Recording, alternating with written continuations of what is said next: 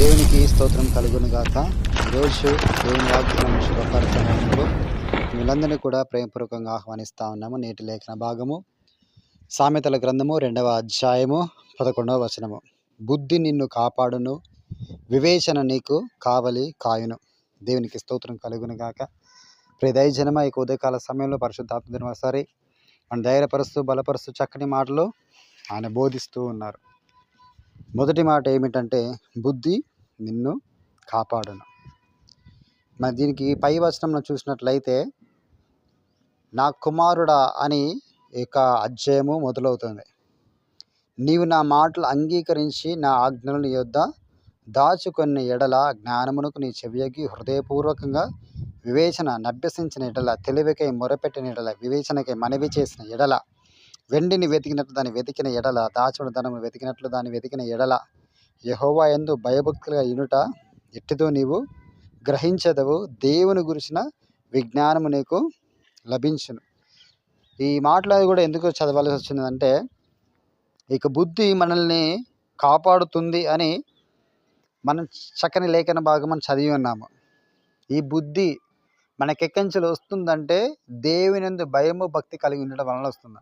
ఆ భయము భక్తి ఎట్లా మనకు వస్తుందంటే, దేవుని యొక్క మాటలు విని వాటిని అంగీకరించి వాటిని మన హృదయంలో భద్రపరుచుకొని దాని ప్రకారంగా నడుస్తూ అభ్యసించినప్పుడు ఈ యొక్క బుద్ధి జ్ఞాన వివేచనలన్నీ కూడా మనకు కలిగజేయబడతాయని సెలవిస్తూ ఉన్నది. దేవునికి స్తోత్రం కలుగును గాక. ఈ బుద్ధి మనం ఏం చేస్తుందంటే, దాని కింది వచనంలో కూడా చక్కగా ఉన్నాయి. న్యాయము తప్పిపోకుండా ఆయన కనిపెట్టును, తన భక్తుల ప్రవర్తనను ఆయన కాచును. ఈ బుద్ధి ఎవరో కాదు, మన ప్రభు అయినటువంటి యేసుక్రీస్తు. ఆయనలో ఇక లక్షణం ఉన్నది. బుద్ధి జ్ఞానములు సకల సంపదలు ఆయనలో గుప్తములై ఉన్నది. యేసుక్రీస్తు ప్రభు వారిలో ఒక బుద్ధి జ్ఞానము వివేచన సర్వ సంపదలన్నీ కూడా ఆయనలో గుప్తములు, ఆయనలో పాలి భాగమై ఉన్నాయి అన్నట్టు. సో ఇక్కడ ఈ బుద్ధి ఎవరు అంటే, యేసుక్రీస్తు ప్రభువారి యొక్క బుద్ధి మనల్ని కాపాడితే, యేసుక్రీస్తు ప్రభువారే మనల్ని కాపాడేది. ఎప్పుడైనా మనం కాపాడుతాడు అంటే, ఆయన మాటల ప్రకారంగా మనము నడుస్తూ, ఆయన యొక్క మాటలన్నీ కూడా ఒక హృదయంలో మనం ధ్యానం చేసుకుంటూ ముందుకు సాగుతూ ఉన్నప్పుడు దేవునికి స్తోత్రం కలుగును గాక. హల్లెలూయా. దానిపై పక్క వచనం కూడా ఏముందంటే, 11వ వచనంలో, వివేచన నీకు కావాలి కాయని. ఈ వివేచన ఏం చేస్తుంటే, జరగబోయేది మాకు ముందుగానే తెలియజేస్తుంది. పరిశుద్ధాత్మ దేవుడు మరి అపోస్తలులను పౌలును ప్రేరేపించి ప్రవచన వరమునకు మీరు మరీ విశేషంగా ఆసక్తి కలిగి మీరు పొందుకోండి ఆశలిస్తూ ఉన్నాడు.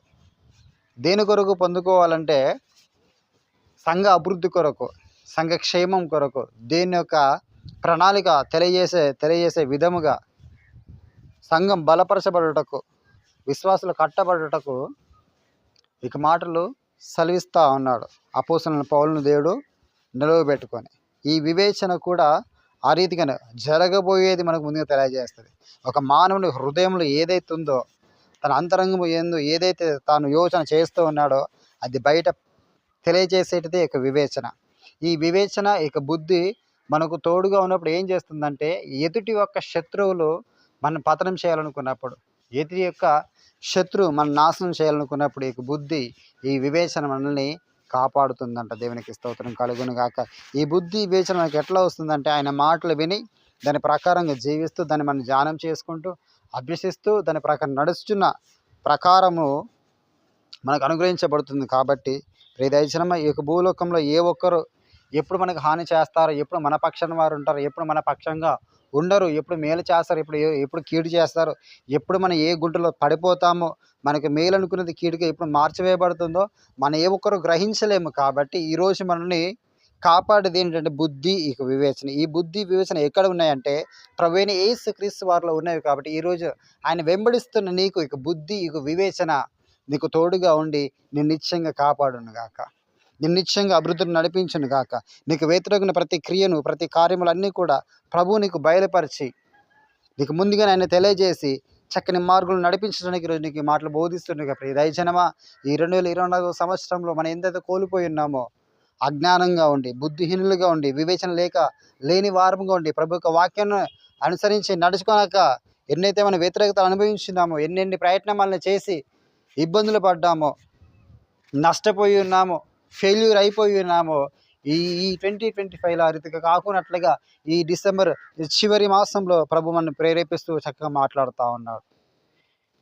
నిన్ను కాపాడుటకు, నిన్ను రక్షించుటకు, నిన్ను ఆశీర్వాద స్వద్భగులు చేయనట్లుగా ప్రభు మాట్లాడుచున్న ఈ మాటలన్నీ కూడా మన హృదయంలో భద్రపరుచుకొని ప్రార్థన పూర్వకంగా ముందుకు సాగుదాం. దేవుని మాటలు దీవించి ఆశీర్వదించను గాక. ఆమెన్. స్తోత్రము తండ్రి, పరిశుద్ధుడానికి వందములు తండ్రి. అయ్యా, ఇక ఉదయకాల సమయంలో మాతో సూటిగా స్పష్టంగా చక్కగా మాట్లాడే ప్రభానికి వందములయ్యా. ఈ మాటల ప్రభావ మాకు జీవితం మీరు ఫలభరితంగా మార్చండి, దీవించండి, ఆశీర్వదించండి ప్రభా. వృద్ధిలోకి నడిపించండి ప్రభా. అడ్డులను ఆటంకాలన్నీ కూడా నా తండ్రి మీరు తొలగించవేయండి ప్రభా. నీ మేలు చేతండి నువ్వు తృప్తిపరచవలసిందిగా ప్రార్థన చేసిన ప్రభానికి వందలు. నీ బిడ్డలను ప్రేమించిన అతన్ని ఎంతో చక్కగా నా తండ్రి చక్కని మాట్లాడే ప్రభానికి వందములయ్యా. విత్తమైన ప్రతి లేఖన భాగం ప్రభా, ప్రతి మాట కూడా నా తండ్రి నీ ప్రజలకు హృదయాలు ఫలభరితంగా మార్చివేయబడినది. బుద్ధి వివేచన నీ బిడ్డల ప్రయాసాన్ని కాపాడినట్లుగా నా తన్ని, వారు రక్షించినట్లుగా నా తన్ని, ప్రతి గుంటు నుంచి వారు లేవనెత్తినట్లుగా నా తన్ని నీవే కృపచేత ఎత్తిపట్టి మహిమ మీరే పొందాల్సిందిగా ఆరోపిస్తూ క్రిస్మస్ సంతోషం సమాధాన ప్రభ ప్రతి ఒక్కరు మీరు అనుగ్రహింపజేసి ప్రతి కొడుకును కూడా కనుక జరిగించాల్సిందిగా ప్రార్థన చేస్తూ ఈ ప్రార్థనలు ఏకించి ప్రతి బిడ్డను కూడా నా తన్ని ఇదే నిండారుగా దీవించి వర్ధిల్లింపజేయాల్సిందిగా ప్రార్థన చేస్తూ ఏ ఒక్కరికి ఏ అక్కర ఉందో ప్రభ, ఏ అవసరం ఉందో నా ప్రభ ప్రతిదీ నీవే తీర్చాల్సిందిగా ప్రార్థన చేస్తూ సర్వశక్తులైనటువంటి యేసుక్రీస్తు వారి పేరట అడిగి వేడుకుంటున్నాము పరమ తండ్రి. Amen. Amen. God bless you. దేవులందరూ దీవించి ఆశీర్వదించును గాక.